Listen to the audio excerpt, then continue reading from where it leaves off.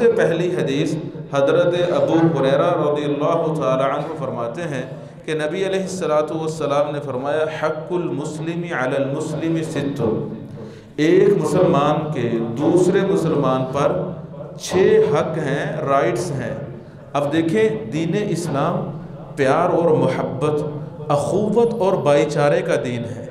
दीन इस्लाम हमें हमेशा मिलजुल के एक दूसरे के दुख में शामिल होना, उसकी खुशी को अपनी खुशी समझना, उसके दुख को अपना दुख समझना, दीन इस्लाम हमें हमेशा मिलजुल के रहने का हुक्म देता है। साथ ही इस्लाम ने हमें ये बताया, ऐसे कुछ गुर और कुछ उसूल बताए, अगर उन पर इंसान अमल करे तो हमारा मुआशरा एक मिसाली मुआशरा बन सकता है। नबी अलैहिस्सलातु वस्सलाम ने सबसे पहली चीज़ बताई, इज़ा लक़ीतहु फ़सल्लिम अलैहि, जब आप किसी मुसलमान को मिलें तो उसे अस्सलामु अलैकुम व रहमतुल्लाहि व बरकातुहु कहें। सलाम कहना बहुत बड़ी इबादत है, ये नेकी है जिसका 30 नेकियां अल्लाह रब्बुल आलमीन हमारे खाते में लिख देते हैं। इसका अजर इतना बड़ा है कि अस्सलामु अलैकुम व रहमतुल्लाहि व बरकातुहु कहने से 30 नेकियां मिलती हैं। और जब आप दूसरे इंसान को सलाम कहते हैं तो उसके दिल में आपके लिए प्यार और मोहब्बत के जज्बात उभरते हैं। दिल में अगर कोई गलत फहमी हो, नफ़रत हो, बुग़्ज़ और अदावत हो, वो ख़त्म हो जाता है। तो इसलिए इस्लाम ने हमें बताया, जब आप किसी मुसलमान को मिलो सबसे पहले उसे अस्सलामु अलैकुम व रहमतुल्लाहि व बरकातुहु कहो। दूसरा हुक्म नबी अलैहिस्सलातु वस्सलाम ने फरमाया, व इज़ा दआका फ़अजिबहु, जब आप किसी मुसलमान को मिलो, जब वो आपको दावत दे तो उसकी दावत को कबूल करो। जब वो आपको दावत दे कि आओ भाई इकट्ठे खाना खाते हैं, आप उसकी दावत को रिजेक्ट मत करें। बल्कि एक हदीस में नबी अलैहिस्सलातु वस्सलाम ने फरमाया, इज़ा दुइया अहदुकुम इलल वलीमति फल्यअतिहा, कि अगर आपको कोई दावत वलीमा देता है उसकी दावत को कबूल कीजिए, एक्सेप्ट कीजिए। ऐसे ही खाने की दावत देता है, चाय की दावत देता है, एक दूसरे को खाना खिलाने और खाने से प्यार और मोहब्बत बढ़ता है, अखुवत और भाईचारा कायम होता है। और यही इस्लाम हमें दर्स देता है कि आप मिलजुल के रहें। जो इस हदीस में एक मुसलमान को हुकूक बताए गए हैं वो भाईचारे के हक़ हैं, वो इस्लाम के हुकूक हैं। जैसे हम किसी को कहते हैं भाई मेरी खातिर ये काम करो, दोस्ती की खातिर, तो ऐसे ही इस्लाम के हुकूक हैं, भाईचारे के हुकूक हैं। पहला हक़ ये है, जब हम किसी मुसलमान को मिले सलाम कहें। दूसरा हक़ ये है, जब कोई मुसलमान हमें दावत दे उसकी दावत को ठुकराएं मत। हाँ, अगर आपकी कोई मजबूरी है, कोई शरई उज़र है, उसे बताएं भाई मेरी ये प्रॉब्लम है जिसकी वजह से मैं आपके इवेंट में शिरकत करने से कासिर हूँ। तीसरी चीज़ नबी अलैहिस्सलातु वस्सलाम ने फरमाया, वइज़स्तनसहका फंसहु, जब आपका कोई मुसलमान आपसे मशवरा मांगे, आपसे नसीहत मांगे तो आप उसे बेहतरीन नसीहत से नवाजें। उस वक़्त आप एक अमीन की हैसियत आपकी बन जाती है। अगर आप अच्छा मशवरा नहीं देंगे गोया कि आप ख़ाइन हैं, आप ख़यानत कर रहे हैं।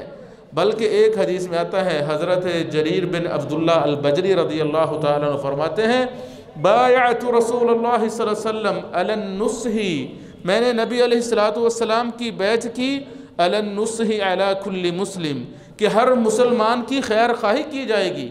और दीन इसी चीज़ का नाम है। जब आप देखें कि आपका कोई मुसलमान भाई किसी गलत चीज़ में मुब्तला है, किसी गुनाह का इर्तिकाब कर रहा है या कोई गलत काम कर रहा है, आपका हक बनता है उसे समझाना। चौथी चीज़ या चौथा एक मुसलमान का हक नबी अलैहिस्सलातु वस्सलाम ने फरमाया, इज़ा अतसा अहदुकुम फहमिदल्लाह, जब तुम में से किसी इंसान को छींक आए और वो कहे अल्हम्दुलिल्लाह, तो सुनने वाला कहे यरहमुकल्लाह व यहदी यरहमुकुमुल्लाह व युस्लिहु बालकुम। तो ये अदब बताया कि जब हमें छींक आए, जिसको छींक आएगी वो क्या कहेगा, अल्हम्दुलिल्लाह।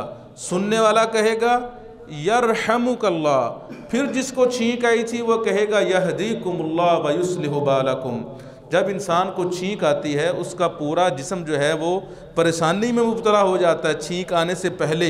ये अल्लाह ताला की रहमत है कि जब उसको छींक आती है उसके जिस्म के अंदर जो फासिद मादे होते हैं वो बस औक़ात मुँह से थूक की शक्ल में निकल जाते हैं। इसलिए जब इंसान को छींक आए उसको अपना मुँह ढाँपना चाहिए, या किसी से बात कर रहा हो तो दूसरी तरफ मुंह करके छींकना चाहिए, ताकि वो जो थूक है या जो जरासीम निकलेंगे उन जरासीम के छींटे दूसरे इंसान पर ना पड़ें। अगर आप खाना खा रहे हो तो दूसरी तरफ मुंह कर लें, कुरान मजीद पढ़ रहे हो दूसरी तरफ मुंह करके फिर छींक लें, क्योंकि इंसान के जिस्म से फासिद मादे निकलते हैं। छींक आने से पहले इंसान का पूरा जिस्म कपा जाता है, जब छींक आ जाती है इंसान को सुकून मिलता है। एक हदीस में नबी अलैहिस्सलातु वस्सलाम ने फरमाया, छींक का आना ये अल्लाह ताला की तरफ से है और ये रहमत है, जबकि जमाई का आना ये शैतान की तरफ से है और ये सुस्ती की अलामत होती है। और पांचवा हक जो एक मुसलमान का दूसरे मुसलमान के ज़िम्मे है वो ये है, वइज़ा मरिदा फ़उदहु, जब एक मुसलमान बीमार हो जाए तो उसकी तीमारदारी करें, उसे अकेला मत छोड़ें। ये मत देखें वो गरीब है, वो अमीर है, वो बड़ा है, छोटा है, चौधरी है, फ़कीर है, बड़ा वडेरा कोई भी हो, उसकी जाकर इयादत करें। उसे कहो भाई परेशान मत होना, दवा दारू की ज़रूरत हो मैं तुम्हारा भाई हूँ, मुझे हुक्म करो। उसकी दुआ, उसकी शिफा के लिए दुआ करें और उससे दुआ करवाएं, तो ये बहुत बड़ी इबादत है। बल्कि एक हदीस में आता है नबी अलैहिस्सलातु वस्सलाम ने फरमाया, जो इंसान किसी दूसरे की तीमारदारी के लिए जाता है तो फरिश्ता आवाज़ लगाता है जाने वाले के लिए, इयादत करने वाले के लिए, कि तुम्हारा सफ़र बड़ा अच्छा है, तुम बड़ी अच्छी चीज़ की तरफ जा रहे हो, गोया कि तुम अपना ठिकाना जन्नत में बना रहे हो। तो इसलिए एक मुसलमान की तीमारदारी करना, उसके दुख दर्द में शरीक होना, ये बहुत बड़ी नेकी है। और आखिरी जो हक नबी अलैहिस्सलातु वस्सलाम ने फरमाया, वइज़ा माता फत्तबिअहु, जब मुसलमान कोई फोत हो जाए तो उसका जनाजा पढ़ें। मुसलमान का जनाजा पढ़ा जाए, उसके साथ जाके कब्रिस्तान में उसको दफनाया जाए। वो कहते हैं ना, नमाज पढ़ कबल इससे कि तेरी नमाज पढ़ी जाए, तो हर इंसान की नमाज पढ़ी जाएगी। मुसलमान का ये हक है जब वो फोत हो जाए उसे दुआओं के साथ अल्लाह ताला के सुपुर्द किया जाए। एक हदीस में आता है, एक सहाबी फरमाते हैं कि नबी अलैहिस्सलातु वस्सलाम ने जनाजा पढ़ाया, नबी अलैहिस्सलातु वस्सलाम ने जनाजे में इतने खुलूस से दुआएं मांगी, मेरे दिल के अंदर ख्वाहिश पैदा हुई काश कि ये मेरा जनाजा होता। तो अगर आज हम किसी का जनाजा पढ़ेंगे, अगर आज हम किसी के लिए दुआ करेंगे तो कोई हमारे लिए दुआ करेगा। तो इसलिए मुसलमान का जनाजा पढ़ना ये बहुत बड़ी नेकी है। लेकिन अफसोस के साथ कहना पड़ता है, हम जनाजा सिर्फ़ उसी का पढ़ते हैं जो हमारा रिश्तेदार हो, हमारी ज़ात बरादरी का हो, हमारे ख़ानदान का हो, या जिसके साथ पार्टनरशिप हो। अजनबी मुसलमान का जनाजा पढ़ते ही नहीं। हालांकि हदीस में आता है नबी अलैहिस्सलातु वस्सलाम ने फरमाया, मुसलमान का जनाजा पढ़ने का अजर व सवाब एक क़िरात है। सहाबा इकराम ने पूछा क़िरात क्या होता है? नबी अलैहिस्सलातु वस्सलाम ने फरमाया, मिस्लु जबल उहद, उहद पहाड़ जितना एक क़िरात, एक पैमाना है। जिन लोगों ने उहद पहाड़ देखा है वो जानते हैं, मदीनातुर रसूल सल्लल्लाहु अलैहि वसल्लम ये उहद पहाड़ है जहाँ पर जंगे उहद हुई थी। इसकी लंबाई तकरीबन 8 किलोमीटर लंबा है। ये पहाड़ इतना मोटा ताज़ा है, एक मुसलमान का जनाजा पढ़ने का अजर व सवाब उहद पहाड़ के बराबर है। और साथ ही नबी अलैहिस्सलातु वस्सलाम ने फरमाया, जो किसी मुसलमान का जनाजा पढ़ने के बाद उसे कब्रिस्तान में जाके दफना कर आता है, उसे 2 उहद पहाड़ों के बराबर अजर व सवाब मिलता है। तो ये हमारे रोज़मर्रा के मसाइल हैं। जब किसी को मिले सबसे पहले सलाम कहें, अगर कोई दावत देता है उसकी दावत को कबूल करें। ऐसे ही अगर किसी को छींक आती है तो उसे अल्हम्दुलिल्लाह कहना चाहिए, सुनने वाले को यरहमुकल्लाह कहना चाहिए। फिर जिसको छींक आई थी वो यहदीकुमुल्लाह व युस्लिहु बालाकुम कहे।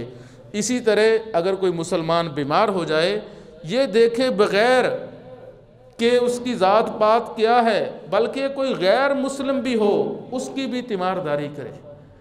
जब आप एक गैर मुस्लिम के साथ अच्छे अखलाक का मुज़ाहरा नहीं करेंगे, हुस्न मुआशरत नहीं होगी, आप उसको इस्लाम की दावत कैसे देंगे? इसलिए बीमार की तीमारदारी करना ये भी हक है। और अगर कोई मुसलमान फोत हो जाए उसका जनाजा पढ़ना ये भी उसका हक है। दुआ है अल्लाह ताला मुझे भी और आपको हम सबको इन बातों पर अमल की तौफीक अता फरमाए। व आखिर दावाना अनिल हम्दुलिल्लाहि रब्बिल आलमीन।